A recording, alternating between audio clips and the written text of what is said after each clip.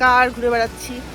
মামায় আজকে যোগা কম্পিটিশানটা ভেবেছিলাম সকালে মনে হয় রিপোর্টিং টাইম আছে, তো ওকে আজকে তো হয়রান করানোই যাবে না, তো ওকে হোটেল রুমে রেখেই আমরা মিয়া বিবি বেরিয়ে পড়েছি দুইজনে সমুদ্র সাফার করতে। তো এই সমুদ্রের আশপাশে ওল্ড দীঘাতেই আছি, ঘুরি একটুখানি, একটু ঘুরে নিয়ে তারপর আবার হোটেলে ব্যাক করব। দুজন মিলে আর বসে থাকতে ভালোই লাগছিল না, যার জন্য বেরিয়ে পড়লাম। চলো অ্যাটলিস্ট একটু সি বিচটাই ঘুরে আসি। আর বাইরে এসে হোটেলে বসে সময় নষ্ট করতে কার ভালো লাগে বলো। তো দেখো কি সুন্দর সমুদ্র পিছনে, ভালো লাগে সমুদ্রের পাড়ে আসলে, মনটাও ভালো হয়ে যায়। আর সমুদ্রের পাড়ে বসে থাকতেও বেশ ভালো লাগে। ও রোদে ঘুরে এসে পুরো টায়ার্ড হয়ে গেছি। আমরা সকালে ব্রেকফাস্ট করে বেরিয়েছিলাম, তো হেঁটে হেঁটে এসে পুরো খিদা পেয়ে গেছে। এই যে আমার মহারানী একটু পরে যাবে কম্পিটিশানে, বলে চাউমিন খাবে, এই যে ওনার জন্য চাউমিন এনে দেওয়া হলো। এখানকার একটা জিনিস খুব ভালো হোটেলটার, যে এই হোটেলটা আমরা আছি ডলফিন, ওখানে রান্না বান্নাটা খুব ভালো।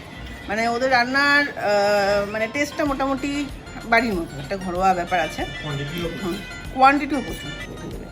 আবার আমরা যখন অর্ডার করেছি তিনজনের 3 প্লেট রাইস অর্ডার করেছি, সঙ্গে সঙ্গে ওরাই বলে দিয়েছে যে 3টা প্লেট নেবেন না, নষ্ট হবে কিন্তু। তো আমাদের যেমন 2 প্লেট রাইস অর্ডার করলে পরেই 3 জনের আরামসে হয়ে যায়। এখানে চাউমিন অর্ডার করলাম, এখন চাউমিনের কোয়ান্টিটি সব কিছু মোটামুটি কোয়ান্টিটিটা ওরা খুব ভালো দেয়, খুব টেস্টি, ভালো রান্না করে, খুব যে আছে খুব ভালো আছে, ভালো, তো খেয়ে শান্তি আছে। আয়ুষি নিজেই রেডি হয়ে যায়, খালি চুলটা আমাকে বেঁধে দিতে হয়, আর সেটাই এখানে চলছে। দেখো পুরো রেডিও হয়ে গেছে, চলো এবার বেরিয়ে পড়ি। আমরা রেডি হয়ে বেরিয়েছি, আমরা এখন যাচ্ছি কম্পিটিশনে।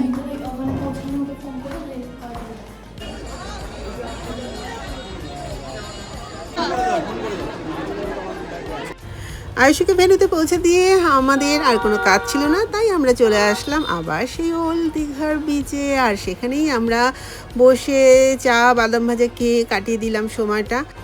সমুদ্রের পাড়ে বসে বলাবলি করছিলাম 10th প্রাইজটা পেলেও যেন একটা ছোট সান্ত্বনা পুরস্কারও হলেও যেন পায়। যাই হোক, আয়ুষি যখন প্রাইজ নিয়ে বেরিয়ে আসছে তখন সেই মুহূর্তটা যে কী আনন্দের ছিল তা বলে বোঝানো নয়। আমাদের যোগা কম্পিটিশন আয়ুষি শেষ হয়ে গেছে। এই যে আয়ুষি 4th হয়েছে। এটা ছিল স্টেট লেভেলের একটা যোগা কম্পিটিশন, যেখানে ও এসছে। অ্যান্ড মামা প্রাইজটা দেখাও।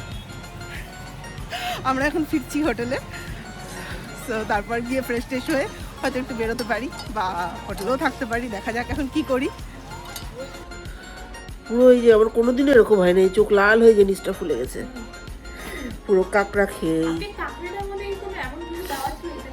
জানি না, আমি আগের দিন খেয়েছি কিচ্ছু হয়নি, আজকে খেয়ে আমার এই যে চোখের নিচ পুরো ফুলে গেল, চোখ লাল হয়ে গেল, কি অবস্থা। চোখের নিচগুলো পুরো ফুলে গেছে। কালকে যে ইনসিডেন্ট হয়ে গেল আমার সাথে, তারপর ভাবতেই পারিনি আজকে রেডি হয়ে আবার বেরোতে পারবো, ঘুরতে পারবো। হ্যাঁ, হ্যালো এভরিওয়ান, আমি অর্পিতা। দীঘায় এসে কালকে একটা ঘটে গেছে ইনসিডেন্ট। অ্যাকচুয়ালি আমরা ফার্স্ট দিন এসে এখানে কাঁকড়া নিয়েছিলাম, অ্যান্ড কাঁকড়া খেয়ে তখন ভীষণ ভালো লেগেছিলো, জন্য কালকে আবার অর্ডার করি। কিন্তু কালকে যখন আমি কাঁকড়াটা খাবার কিছুক্ষণ পরে ভীষণ শরীরে অসুস্থ শুরু হয়, মনে হচ্ছিলো দম একদম বন্ধ হয়ে যাচ্ছে, কান গলা নাক মনে হচ্ছে মানে ফেটে মনে হয় রক্ত বেরিয়ে যাবে, এরকম একটা ফিলিং হচ্ছে। নিঃশ্বাস নিতে পারছি না, মুখ দিয়ে কোনো রকমের নিঃশ্বাস নিচ্ছিলাম। পুরো চোখের এই নিচের পার্টগুলো, এই যে এই সাইডগুলো, তোমরা তো প্রথমে দেখেই নিয়েছো, ভিডিওটা দিয়েছি, পুরো ফুলে ফুলে একদম মোটা হয়ে ফুলে গেছিলো। যাই হোক, খুব খারাপ পরিস্থিতির মধ্যে ছিলাম, সঙ্গে কেউ নেই, জয় ভীষণ নার্ভাস হয়ে গেছিলো। তার মধ্যে যখন রিসেপশনে ফোন করছি তখন ওখান থেকে বলছে কাঁকড়া সহ্য হয় না, তো খেলেন কেন? তো আমরা সি ফুড খাবার জন্য হাতের পাশ নিয়ে এসেছিলাম হচ্ছে অ্যালার্জি ট্যাবলেট, কিন্তু সেটা কেউ কিছু হয়নি। তখনই আমরা রিসেপশনে ফোন করেছি, কিন্তু সেখান থেকে আমরা এই ব্যবহারটা পেলাম। তো ডাক্তারের অ্যারেঞ্জমেন্ট ওরা করতে পারবে না প্রথমে বললো।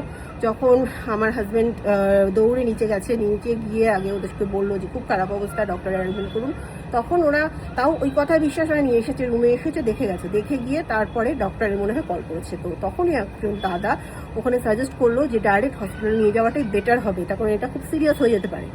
তখন আমরা করলাম কি, এখান থেকে ডিরেক্ট সেই দাদা টোটো নিয়ে এসে আমাদের সঙ্গে গেলেন, এই হোটেলেরই দাদা উনি, তো স্টাফ আর কি। তো ওখান থেকে আমার যতক্ষণ না আমি সুস্থ হলাম উনি আমাদের সঙ্গেই ছিলেন এবং আমাদের সঙ্গেই উনি হোটেলে ফিরে আসেন। তো ওখানে যাওয়ার পর নাম এন্ট্রি করে আমাদের ডক্টর দেখাতে হয়। ডক্টরও ভীষণ ভালো ছিলেন, সঙ্গে সঙ্গে আমাকে অ্যাটেন্ড করেন। 3টে ইঞ্জেকশন আমাকে প্রেসক্রাইব করা হয়। ইঞ্জেকশন 3টা, 2 হাতে 2টো, আর হাতে এখানে একটা দিয়েছে, দেখো এখনো দেখতে পারবে নীল হয়ে আছে। ভীষণ ব্যথা লাগে এই ইঞ্জেকশনটাতে, ভীষণ ব্যথা লাগে। কিন্তু আমরা মানে আমি ওখানে 15 মিনিটের মধ্যে রিলিফ পেয়ে গেছি। ডক্টর বলেছিলেন যে 15 মিনিটস এখানে ওয়েট করবে, আগেই চলে যাবে না।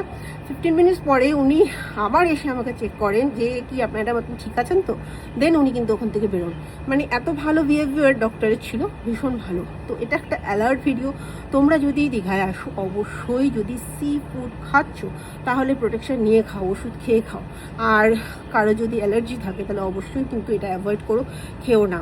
আর অ্যাট বাই চান্স আমার মতো পরিস্থিতিতে যদি কেউ করো, ডক্টরের অপেক্ষা না করে এখানে টোটো অ্যাভেলেবেল, টোটো নিয়ে সোজা চলে যাও হসপিটালে। হসপিটালের ট্রিটমেন্ট ভীষণ ভালো। আর সেখান থেকে আমি রিলিফ হয়ে কিন্তু ফিরে এসেছি, এবং দেখতেই পাচ্ছ আজকে কিন্তু আবার বেরোচ্ছি, আমরা ঘুরতে বেরোচ্ছি এখন। তো আজকে এখানে আমাদের লাস্ট ডে। তো সবাই ভীষণ ভালো থেকো। অর্পিতা কর্মকার অফিসিয়াল আমার ইউটিউব চ্যানেলটা, সেটা ফলো করতে কিন্তু একদম ভুলবে না। বাই। এসেছি আমরা সায়েন্স সিটি।